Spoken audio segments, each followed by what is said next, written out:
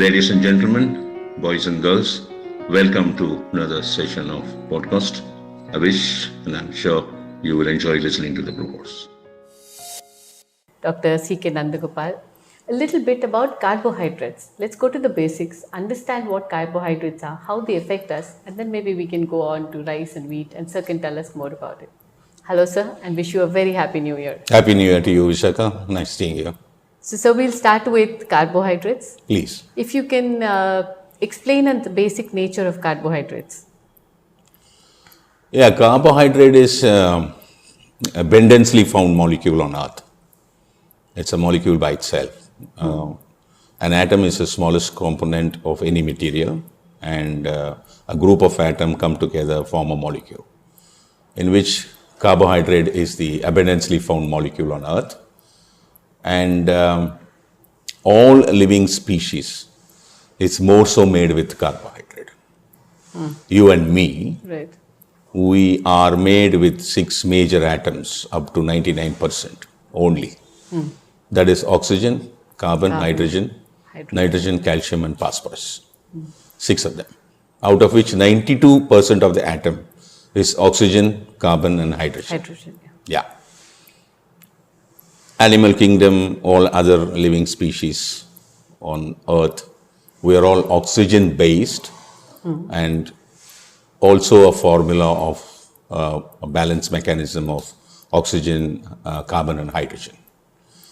Carbohydrates are nothing other than carbon, hydrogen and oxygen found in 1:1 ratio. Carbon, hydrogen and oxygen found in 1:1 ratio. If you take a glucose, it is C6H12O6. So 6 atoms, 1 part of carbon, 12 atoms is 2 part of hydrogen, 6 atoms of oxygen is 1 part. 1 is to 1 ratio. So what you should understand is carbohydrate, this is a basic biochemistry lesson.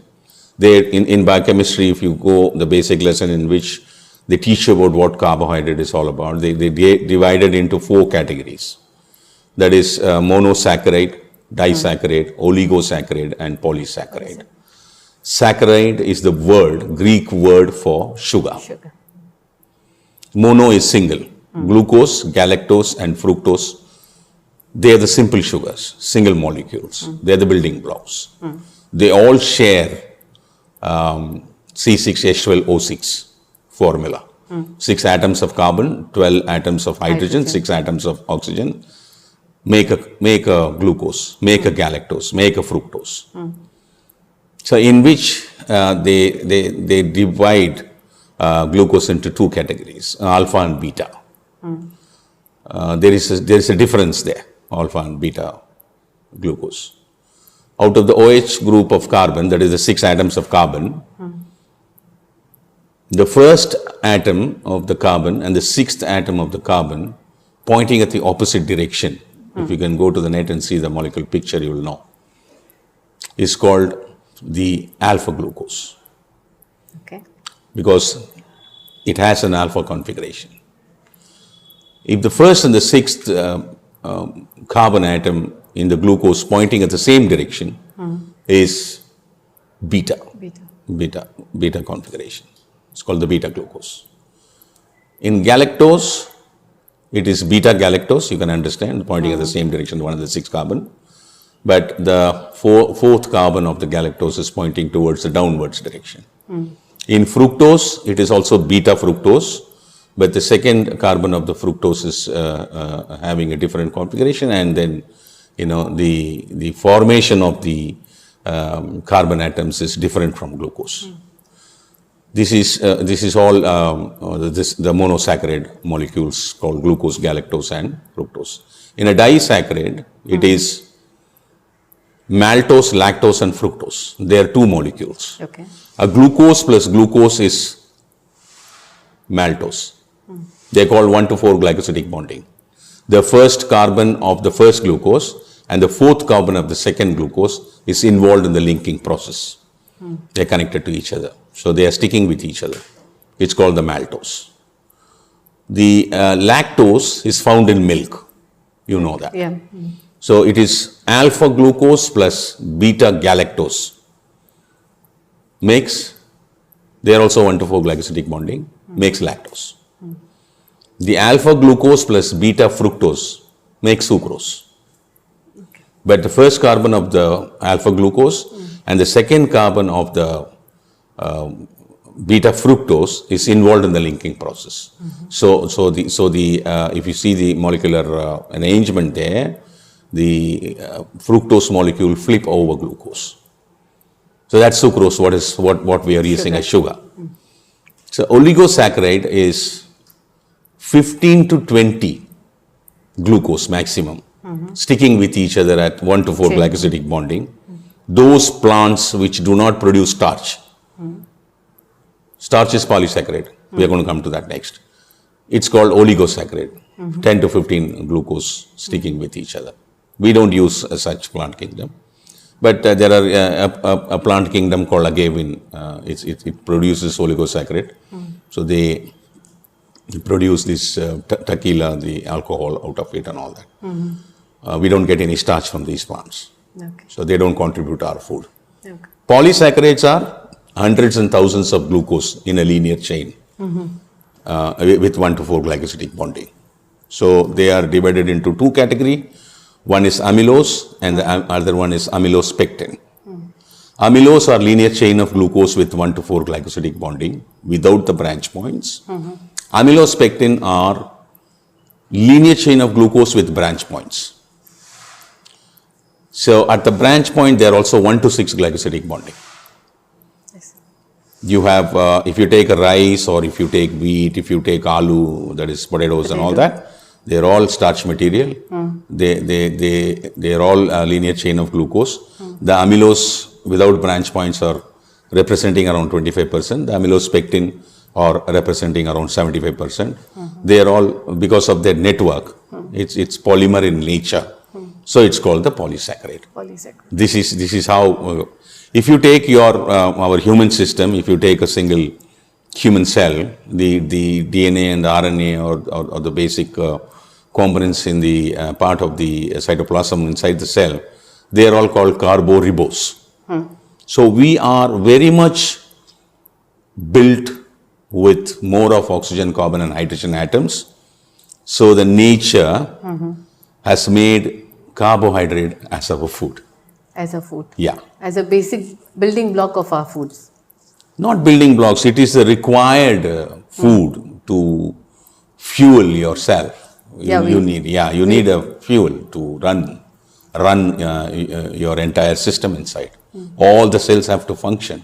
So carbohydrate becomes the basic food because we are also majorly 92% made out of oxygen, carbon and hydrogen atoms. Right. So we take 1-to-1 ratio of carbon, hydrogen and oxygen molecules produced both by the plant kingdom and other living mechanisms. Okay. So you touched upon the plant kingdom. Could you throw some light on how plants produce glucose, use glucose, and how the human and animal kingdom use glucose? They don't produce, but they use glucose. So what's the difference between these two? The first thing is a plant kingdom is also full of carbohydrate. Right. They are called cellulose, structural materials. You take a branch of a tree or a stem, all these things are cellulose. Right. They are all carbs, carbohydrates. But we human beings cannot eat the cellulose material. Whereas, too much of leaves and all that we can't eat. Whereas animal kingdom has a different digestive system to digest their cellulose material. They have the liver capacity and stomach capacity for it. So plant kingdom, as they receive the sun, the protons, the sunlight falls on it. So they constantly absorb the CO2 in the atmosphere. It's carbon dioxide, O2 is there. So they consume take away the carbon and leave the O2 out. That's why plant kingdom produces your oxygen. As the proton comes and falls on the chlorophyll, comes into action, So they start to produce from ATP to 7 steps to reach a molecule of glucose production. We consume glucose through our food, and we digest them and we absorb them, and then when it goes to the cells, human cells, they take 10 steps, the mitochondria does 10 steps, the Krebs cycles break it, and then 10 steps, which we will be talking about it later, we convert that into ATP molecule. So human beings consume glucose and convert that into ATP molecule by anabolic activity, and then use that as a high energy currency to drive the cells. Whereas plant kingdom, they start with ATP and then manufacture naturally the glucose molecules and then collect them together as starch. Okay. Coming to us humans and the importance of carbs, or rather carbohydrates, it's fashionable to call them carbs nowadays. We seem to watch the number of carbs more than we watch our health. But you had mentioned about the importance of carbohydrates to the brain function. If you can tell us a little more about that. How is carbon linked to brain function and importance of carbohydrates to brain function? No, it is not the carbon, it is the carbohydrate as a molecule. So which we consume it as glucose, maximum of glucose through our disaccharides or polysaccharides and other things, which basically is our food. There are 3 important foods required for the body. One is carbohydrate, the other one is protein, the other one is fat. Yeah, these are the 3 major category of food. So when it comes to the question of your stomach doesn't know whether you're eating ice cream or a pita or a mithai, he doesn't know anything. Only your tongue knows all those things. When it goes inside, it knows only how much of carbs have come, how much of fat has come, nice point. how much of protein has come. So all that elaborate meal you put together, it's all go to only one stomach. It's all grounded there. They don't know anything about all this. They know what is carbohydrate. They know what is fat. They know what is protein. The food that we consume in our calendar day, either 2 meal a day or 3 meal a day or 4 meal a day or 1 meal a day, whatever, the amount of glucose comes in as our energy fuel. The brain, which weighs only less than 2 kilos in a human body, say suppose one human being is around 80 kilos, his brain is only 2 kilos. That 2 kilos consumes 75% of the glucose coming in. Wow. Whatever amount you eat. It takes 75%. The balance 78 kilos of his skeletal body and internal organs, other organs, they need only 25%. Why the brain needs so much of glucose is because there's so much of data processing is going on, there's so much of functions are going on there. It is continuously working. For example, I would tell you, say suppose you're wide awake for 16 to 17 hours a day, your eyes are open. Just you can imagine, constantly the light signals are falling on the retina. Right. Instantly it's getting converted to electrical pulse, travel through the optic nerves to the visual center at the back of the cortex. It is there at the back. And constantly the brain is processing what you're seeing. Right. That is one small function. You can imagine rest all the other functions of autonomous nervous system. You're constantly hearing sounds. You're able to relate what you're hearing. Correct? So likewise, there are thousands of mechanisms and systems are functioning inside the brain, Right. which needs so much of fuel. So 75% of the fuel which you take in terms of carbohydrate through your food is fully used by the brain. Only balance 25% is required for the other parts of the body. So conversely, based on this, if you deprive yourself of carbohydrates, you're depriving yourself of, or rather your brain, of its very basic fuel. Yeah, there are a lot of research works has been done in the recent past, 30 years. One of the research works was done by a scientist who was a neurosurgeon those days, Dr. Russell Blaylock. There's a video there in the YouTube, Food and Nutrition of the Human Brain. So we can understand from all those research works on one thing, that if you're going to deprive yourself of food with respect to restricting yourself to carbohydrates, that's not correct. Right. Because the brain do not get the fuel required to function. The brain cannot function to normal level. Your psychological well-being is based on the fuel input to the brain required is met. Right. It's very simple. If you're going to reduce your carb, you're going to go slow. The first symptom is you're going to get depressed. Okay. The second thing, you will become slow. The third thing is there is something called physiological well-being, which is absolutely based on psychological well-being. Psychological well-being. Yeah. That psychological well-being is not going to be there. You would like to laze around. You would like to sit down. You don't like to do work. Let me do it later. Right. You're going to feel lazy. You're going to feel tired. Because of some levels of tiring part of the organism is setting in inside, because the brain is not getting the enough of fuel. You'll go slow on everything and you slowly get depressed. You don't like to meet people. You don't like to talk to people. You rather would like to sit quiet. Okay. You can notice, I've seen this in many people and told them that eat well. Because we are also again living in urban cities, which is highly polluted, because the air which we are breathing is not giving us good fuel. Okay. That oxygen fuel is something different, which we will talk about it in the oxidative phosphorylation or the oxygenation of the body, which is very important. First you need the carbohydrate. Right. Then you need the oxygen later to release all the CO2s and other things.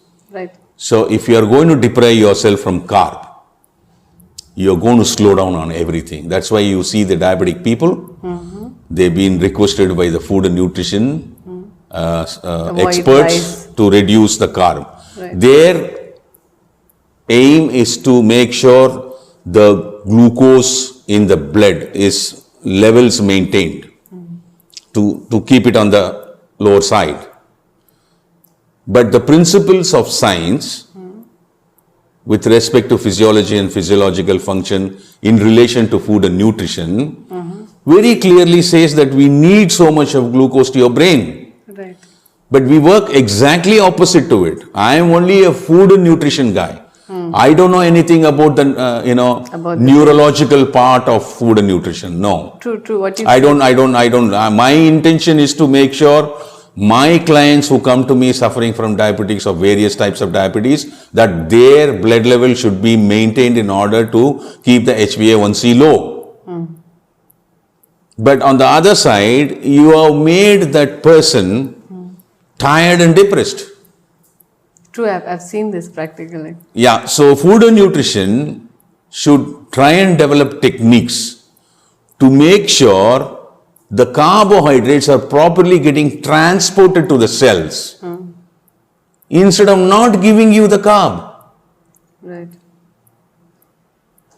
Like I show a beautiful bison in front of a lion and put a barricade in between so that the lion cannot go and attack it.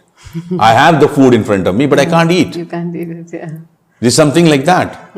It is, you're torturing a person. You eat lot of vegetables. That kind of food, The other day I saw somebody made with bottle gourd. They beautifully cut it into nice noodle strips and made a beautiful dish. And they presented to the diabetic people as noodles. That's torture. It's a fantastic innovation. It was very tasty. I had it. Okay. But I was thinking, where is the carb for this guy? There's no carb for him. Your carb. This is where the whole point comes. I think you've touched upon a very beautiful point, sir, because when we think of carbs for the body, for the skeletal system and for the muscles and bones. We never think of carbs in terms of the brain and its function.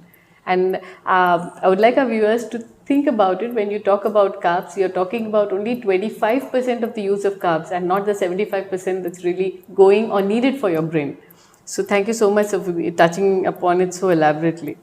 That's okay. Another thing that we'd like to know, that the 25% that goes, of course, including the brain, but it is also the basic fuel for every single cell in the body. Every cell, the DNA and the RNA has to drive. You need adenosine triphosphate. That is what glucose is getting converted inside the cell at the mitochondria level.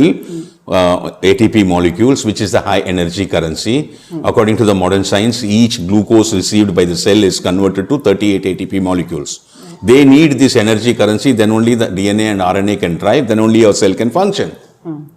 It is applicable for every cell. Every single cell. Yeah. Okay. It's very simple. It's very simple. So carbs are needed for your body and for your brain. Very important. I think that's the bottom line. Yeah. Now, nothing is completely good or completely bad. I understand you have to use it according to its basic nature and your basic nature. So when when people label as what is a good carb or a bad carb, can you tell us which carbs are really necessary for us? I would, rather than label them good and bad, what are the carbs that are necessary as a human being and what are the carbs we should avoid? Like white rice, unpolished white rice. It's a good carb. Okay. It's a good carb. carb. You have whole grain, whole wheat grain. It's a good carb. You have sweet potatoes. It's a good carb. Likewise, you have a lot of root vegetables. They are all good carb. Only when you process them. Right. When we come to the question of maida. It's a bad carb. So all your white bread, your white bun, your cakes, all becomes bad carb. Okay. They don't have fibers. Is it what is called the empty carbs? Is it the no fibers and no other supportive material. It's all been eliminated if you processed it. Right. So when we make potatoes fried in oil, your French fries, they are bad carbs. Bad carbs. Yeah, they are bad carbs. So they because of frying it in oil, they eliminate so many things. So many things gets eliminated. So always a fresh cooked food, which we explained in the art of cooking. So is good enough when you are eating them hot. Right. All processed food which has taken longer period of time before it is consumed.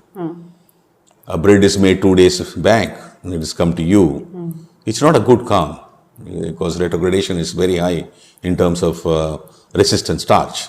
So resistant starch is another subject all by itself, which becomes the short chain fatty acids later and then gives you a lot of trouble, which we will be talking about it in the cellular respiration class when we discuss.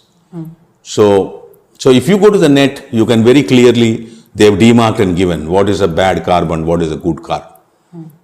So today you don't need to go to a college or buy a big biochemistry book and read all those things. You have all these informations available. Only people don't go and read them. Okay. Yeah. You spoke about the side effects of not having carbs.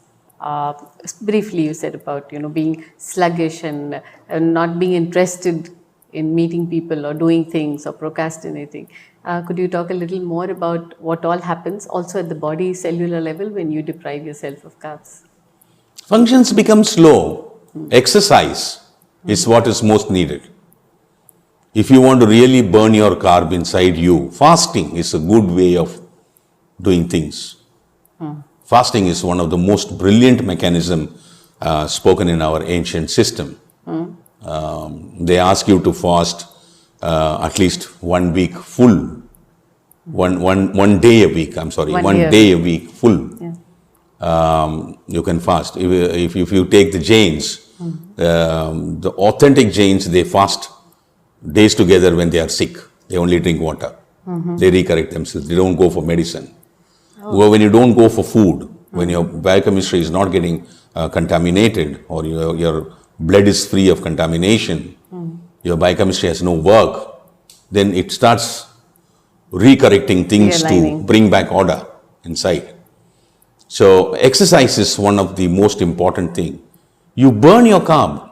Rather than resisting yourself, it's better to have it and to burn it. Yes, you burn your carb, and then you make sure that you eat enough of carb. I'm not asking you to overeat. We are overeating. There's a statistics which says at the turn of 1900s, an average American was consuming only 4 to 5 pounds of sugar in a year. Today in 2020, an average American is consuming something like 120 to 130 pounds of sugar per annum. Where is 4 and where is 120?